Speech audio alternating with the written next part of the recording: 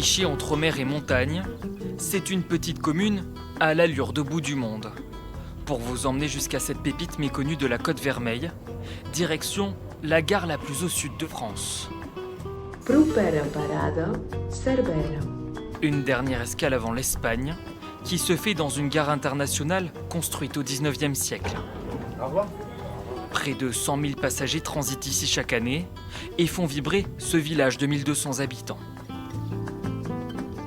Entre France et Espagne, on a des écartements de rails qui sont différents, 23 petits centimètres. Pas grand-chose, mais qui suffit à créer deux gares énormes, ici en France à Cerbère.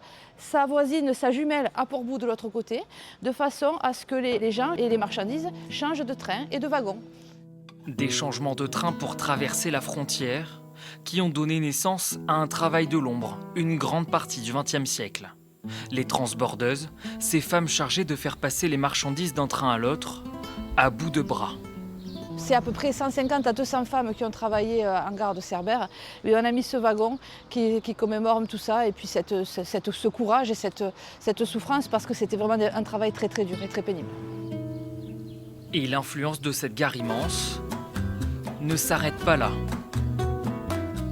Depuis les quais de Cerbère, c'est un autre témoin du passé qui attire notre regard. C'est parti pour un voyage à remonter le temps. L'hôtel du Belvédère était un lieu incontournable pour tous les passagers. C'était dû à un visa qu'avait instauré l'Espagne et qui nécessitait 2 à 3 jours d'attente. Et les gens venaient pour 2 ou 3 jours, mais une fois qu'ils avaient le visa, ils restaient parce qu'il y avait le cinéma, il y avait le théâtre. Mais tout le patrimoine de Cerbère n'est pas forcément visible à l'œil nu. Maintenant que je vous ai fait les explications techniques, nous allons partir nous promener. Pour le voir de plus près, on vous emmène en kayak. Ici, sous la mer, un trésor de biodiversité, la réserve marine de Cerbère-Banyuls a été créée en 1974. Cette zone protégée de 650 hectares abrite aujourd'hui plus de 1200 espèces animales. C'est vraiment une zone où l'humain peut passer, mais on lui demande de ne pas rester, et où les scientifiques vont faire tous les prélèvements, toutes les analyses, les comptages, de façon à pouvoir vraiment être sûr que la mise en place, la réglementation de la réserve fonctionne. Le kayak, une approche douce pour découvrir ce sanctuaire exceptionnel. Le fait de travailler dans un cadre préservé, riche, me remplit, me nourrit. Et voilà, ça c'est juste fantastique. Cerbère et ceux qui l'animent nous en ont fait la promesse. Venir dans ce petit port catalan, c'est accepter d'entrer dans une parenthèse au charme insoupçonné.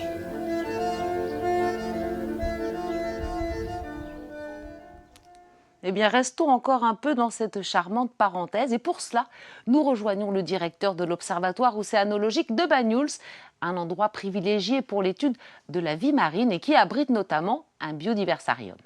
Le biodiversarium, c'est un centre de culture scientifique de l'Observatoire océanologique de Banyuls qui s'appuie en fait sur un aquarium. Alors, c'est un aquarium qui est plutôt vraiment dédié à la présentation de la faune locale et des activités de recherche de l'Observatoire.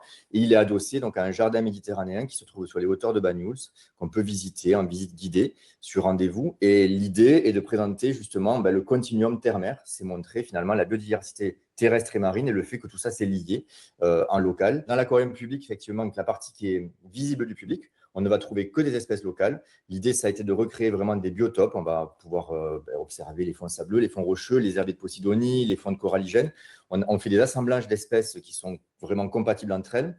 On a la particularité aussi de relâcher la plupart des animaux qu'on va présenter au public. On les prélève en milieu naturel sous forme de juvéniles. On va les garder quelques mois ou 1 ou 2 ans au grand maximum. Et puis, dans la majorité des cas, on va pouvoir relâcher en milieu naturel ces animaux. Le parcours du biodiversarium, tel que je l'ai imaginé quand on me l'a confié, c'était vraiment une promenade le long du littoral.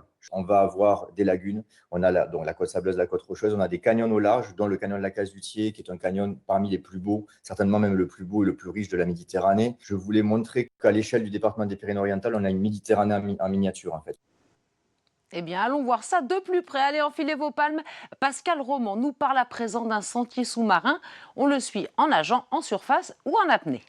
On a en fait tout un circuit qui va permettre aux visiteurs de ce sentier de prospecter d'abord des zones de galets, puis des zones d'herbiers de Posidonie, puis des zones de blocs rocheux, jusqu'à aller un petit peu plus, s'éloigner un petit peu plus de la côte pour aller voir carrément des failles. Donc on sera là à peu près 250 mètres du bord, mais toujours guidé par une ligne d'eau qui permet aux visiteurs de tous les âges en fait, de s'accrocher, donc d'évoluer en toute sécurité, c'est ça aussi l'intérêt. Et puis sous l'eau, il y a des panneaux qui sont en fait fixés à des bouées sous-marines qui permettent donc de s'informer sur les biotopes qu'on va traverser. Donc chaque fois qu'on va traverser un biotope, on aura des informations sur les petits fonds avec les galets, sur les herbiers de Posidonie, sur les espèces les plus présentes, sur les menaces aussi qui pèsent sur les différents habitats. Autre sentier pédestre celui-ci et qui vous mènera au Cap Béar. C'est un site emblématique de la Côte Vermeille qui mêle histoire et paysage à couper le souffle. En ce moment, le phare du même nom est fermé au public, mais l'endroit tout entier vaut vraiment le détour. Et après une bonne balade, il sera l'heure d'aller déguster des anchois à Collioure, car là-bas, ils sont préparés selon des méthodes ancestrales. La petite cité de Caractère abrite en effet le plus ancien atelier français de salaison. Vous pourrez enfin arroser tout cela avec modération, évidemment, de bière, cet apéritif au goût particulier créé par les deux frères Violet il y a plus de 150 ans. Plonger aussi dans l'histoire de la plus grande cuve en chêne du monde, ça se passe du côté de Tuire. On termine au cœur des Pyrénées catalanes, dans l'atmosphère montagnarde de Prat-de-Mollo-la-Preste, un village aux 1000 ans d'histoire, mais aussi une ville thermale blottie dans la vallée du Haut-Vallespire. Prenez soin de vous et à très vite sur France 3.